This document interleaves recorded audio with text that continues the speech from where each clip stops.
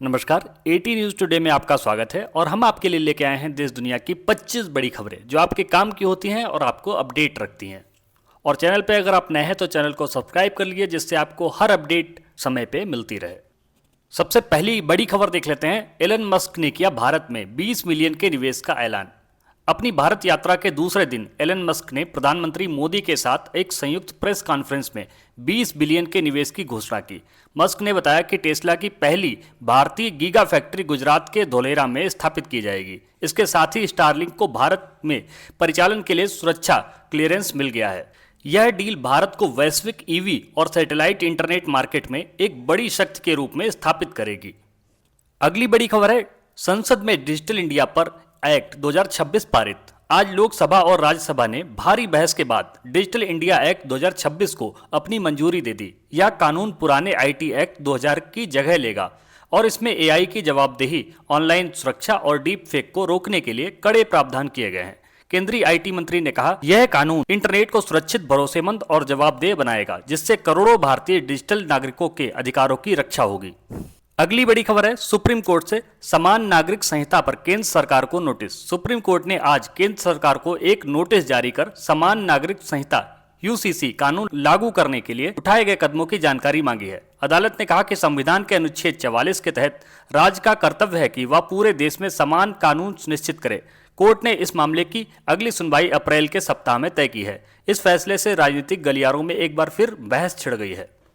अगली बड़ी खबर है, भारतीय नौसेना ने मिशन महासागर के तहत किया सबसे बड़ा बचाव अभियान। आज भारतीय नौसेना ने हिंद महासागर में एक डूबते हुए अंतर्राष्ट्रीय व्यापारिक जहाज से 45 चालक दल के सदस्यों को सफलतापूर्वक बचाया।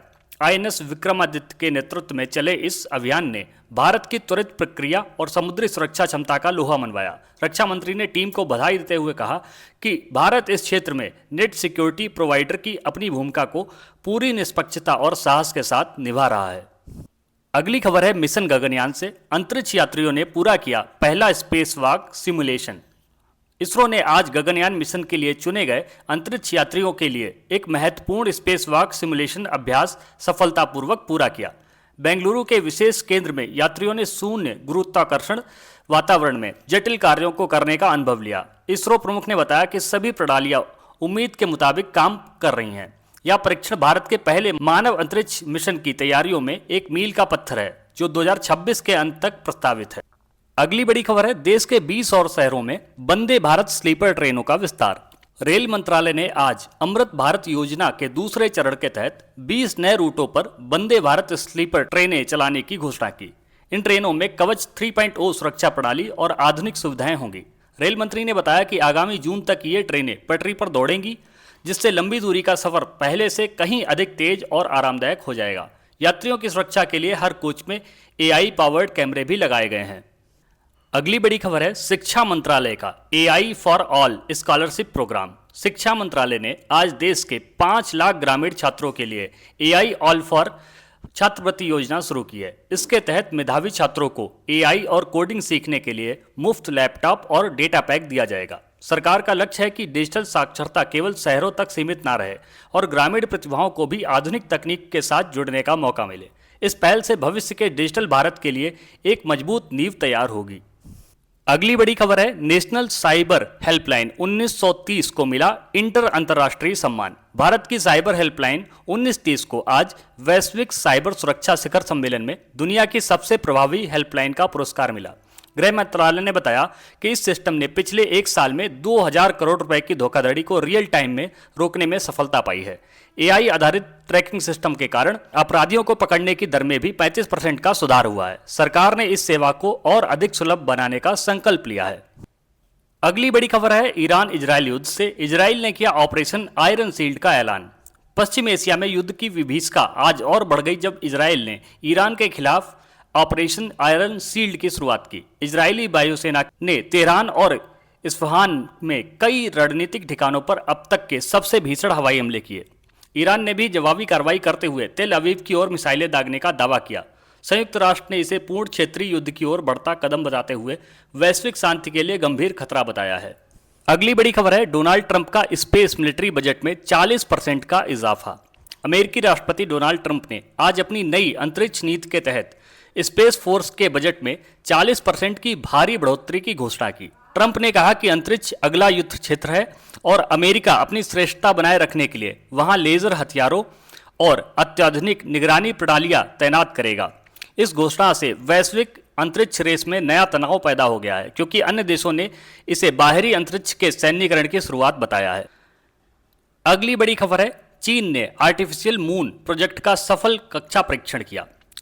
चीन की अंतरिक्ष एजेंसी ने आज अपने आर्टिफिशियल मून कृत्रिम चंद्रमा उपग्रह को सफलतापूर्वक पृथ्वी की निचली कक्षा में स्थापित कर दिया है। यह उपग्रह रात के समय चीनी शहरों में सूरज की रोशनी को परावर्तित कर ऊर्जा की बचत करेगा।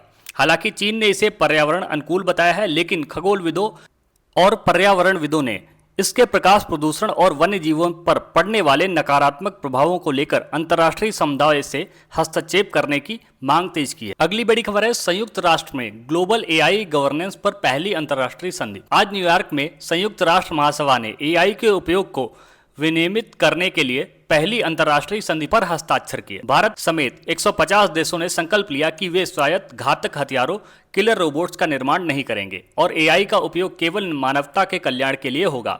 विदेश मंत्री एस जयशंकर ने कहा कि तकनीक को विनाश का हथियार बनाने से रोकना पूरी दुनिया की साझा जिम्मेदारी है। भारत इसमें अग्रणी भूमिका निभाएगा।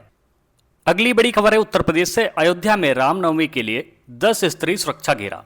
आगामी रामनवमी उत्सव के लिए अयोध्या प्रशासन ने आज से 10 स्तरीय सुरक्षा योजना लागू कर दी है। पूरे शहर को सीसीटीवी कैमरों और AI powered face recognition system से लैस किया गया है। मुख्यमंत्री योगी आदित्यनाथ ने सुरक्षा व्यवस्था की खुद समीक्षा की और निर्देश दिए कि दर्शनार्थियों को किसी भी असुविधा का सामना न करना पड़े। भक्तों की सहायता के लिए 2000 से अधिक स्मार्ट सेवादार भी तैनात किए गए हैं। अगली बड़ी खबर है, राजस्थान जयपुर में देश का पहला AI powered traffic police station शुरू। जयपुर आज देश का पहला ऐसा शहर बन गया है जहां पूरी तरह एआई से संचालित ट्रैफिक पुलिस स्टेशन का उद्घाटन किया गया। यहां ट्रैफिक उल्लंघन का पता लगाने से लेकर ई चालान काटने तक का सारा काम रोबोटिक और एआई सिस्टम करेंगे। गृह मंत्री ने बताया कि इस तकनीक से शहर में सड़क दुर्घटनाओं में 40% तक की कमी आने की उम्मीद है। यह प्रोजेक्ट राजस्थान को डिजिटल और सुरक्षित प्रदेश बनाने की दिशा में एक क्रांतिकारी कदम है। अगली बड़ी खबर है, यूपी वाराणसी के घाटों पर फ्लोटिंग एम्बुलेंस सेवा की शुरुआत। वाराणसी के घाटों पर आने वाले लाखों श्रद्धालुओं और पर्यटकों की सुरक्षा के लिए आज प्रदेश की पहली फ्लोटिंग एम्बुलेंस सेवा शुरू की गई। यह एम्बुलेंस आधुनिक चिकित्सा उपकरणों और पैरामेडिक्स से लैस है और आपात स्थिति में गंगा के बीच में ही प्राथमिक उपचार प्रदान कर सकेगी। पर्यटन विभाग ने बताया कि इससे घाटों पर होने वाली दुर्घटनाओं में मृत्यु दर कम होगी और पर्यटकों का भरोसा काशी के पर्यटन पर और मजबूत होगा। अगली बड़ी खबर आ रही है राजस्थान से, जोधपुर में ऊंट दूध के नए निर्यात उत्पादों का अनावरण। जोधपुर स्थित ऊंट दुग्ध डेयरी ने आज अंतर्राष्ट्रीय बाजार के लिए ऊँटनी के दूध से बने चॉकलेट, पाउडर और स्किन केयर उत्पादों की नई रेंज लॉन्च की। पशुपालन मंत्री ने बताया कि इन उत्पादों के लिए अमेरिका और यूरोप से बड़े ऑर्डर मिले हैं। इस पहल से थार के ऊंट पालकों की आय में 3 गुना वृद्धि होगी और ऊंटों के संरक्षण को भी नया प्रोत्साहन मिलेगा। राजस्थान अब ऊंट उत्पादों के वैश्विक निर्यात हब के रूप में उभर रहा है। अगली बड़ी खबर है, यूपी से नोएडा में दुनिया का सबसे बड़ा ई वेस्ट रिसाइकलिंग प्लांट तैयार। ग्रेटर नोएडा में आज दुनिया के सबसे बड़े ई वेस्ट इलेक्ट्रॉनिक कचरा रिसाइकलिंग प्लांट का उद्घाटन किया गया।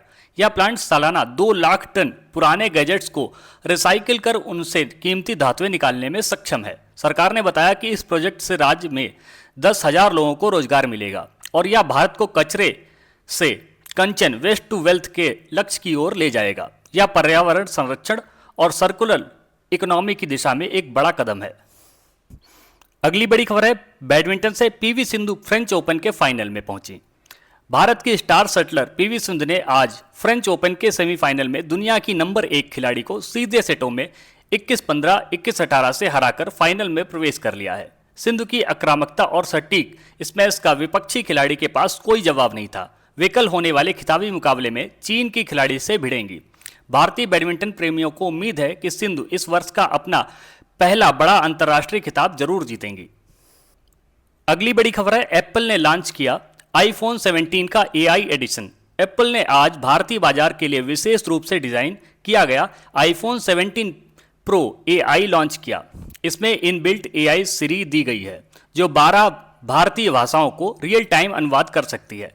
एप्पल के सीईओ ने कहा कि इस फोन का 70% निर्माण भारत में ही किया गया, जो मेक इन इंडिया की एक बड़ी सफलता है। टेक विशेषज्ञों ने इसके होलोग्राफिक डिस्प्ले फीचर को स्मार्टफोन की दुनिया में अगला बड़ा कदम बताया है। अगली बड़ी खबर है गूगल का नया AI personal doctor tool launch.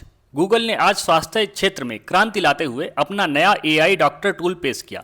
यह एआई मॉडल मेडिकल स्कैन्स और रक्त रिपोर्ट का विश्लेषण कर 99% सटीकता के साथ संभावित बीमारियों की पहचान कर सकता है। गूगल ने स्पष्ट किया कि यह डॉक्टरों का विकल्प नहीं है, बल्कि उन्हें सटीक निदान में मदद करेगा। भारत के कई बड़े अस्पतालों ने इस तकनीक को अपने ओपीडी में शामिल करने के लिए गूगल के साथ करार किया है। अगली बड़ी खबर है इसरो का शुक्रयान मिशन, पहली बार शुक्र की सतह का 3D मैप तैयार। इसरो के शुक्रयान प्रोब ने आज शुक्र ग्रह के घने बादलों को भेदते हुए उसकी सतह का पहला उच्च रेजोल्यूशन 3D मैप तैयार किया है। इसरो प्रमुख ने बताया कि इस डेटा से शुक्र का सक्रिय ज्वालामुखियों और उनके वायुमंडल के रहस्यों को समझने में मदद मिलेगी। यह वैज्ञानिक खोज दुनिया भर के खगोलविदों के लिए नई चुनौतियां और अवसर लेकर आई है। भारत अब शुक्र अन्वेषण में अग्रणी देशों की सूची में शामिल हो गया है। अगली बड़ी खबर है अयोध्या राम मंदिर में श्रद्धालुओं के लिए स्मार्ट एंट्री कार्ड शुरू। राम मंदिर ट्रस्ट ने आज भक्तों की भीड़ को सुव्यवस्थित करने के लिए स्मार्ट दर्शन कार्ड सेवा शुरू की। अब श्रद्धालु ऑनलाइन रजिस्ट्रेशन के बाद एक चिप आधारित कार्ड प्राप्त करेंगे, जो उन्हें दर्शन के लिए सटीक समय और गेट की जानकारी देगा। इससे मंदिर परिसर में लंबी लाइनों की समस्या खत्म हो जाएगी। मंदिर प्रशासन ने बताया कि यह कार्य रियल टाइम में श्रद्धालुओं की लोकेशन ट्रैक कर सुरक्षा व्यवस्था को भी अभेद बनाएगा, जिससे भक्तों का अनुभव सुखद रहेगा। और ईरान युद्ध का आज 14वां दिन, इजराइल ने 200 से ज्यादा लक्ष्यों पर हमला किया। तेहरान में भारी धमाके, काला धुआं छाया। आईडीएफ की operation roar of the lion में मिसाइल लॉन्चर ड्रोन फैक्ट्री नष्ट। ईरान ने उत्तरी इजराइल पर मिसाइल दागी, दर्जनों घायल। गल्फ क्षेत्रों पर ड्रोन हमले जारी, वैश्विक तेल संकट गहराया। अगली खबर है उत्तर प्रदेश से। उत्तर प्रदेश में दरोगा भर्ती परीक्षा से पहले 2 सालवर गिरोह पकड़े गए। अलीगढ़ के टप्पल में यूपी पुलिस ने कार्रवाई की। आरोपी का भाई कांस्टेबल पहले भी जेल गया अपराधी है।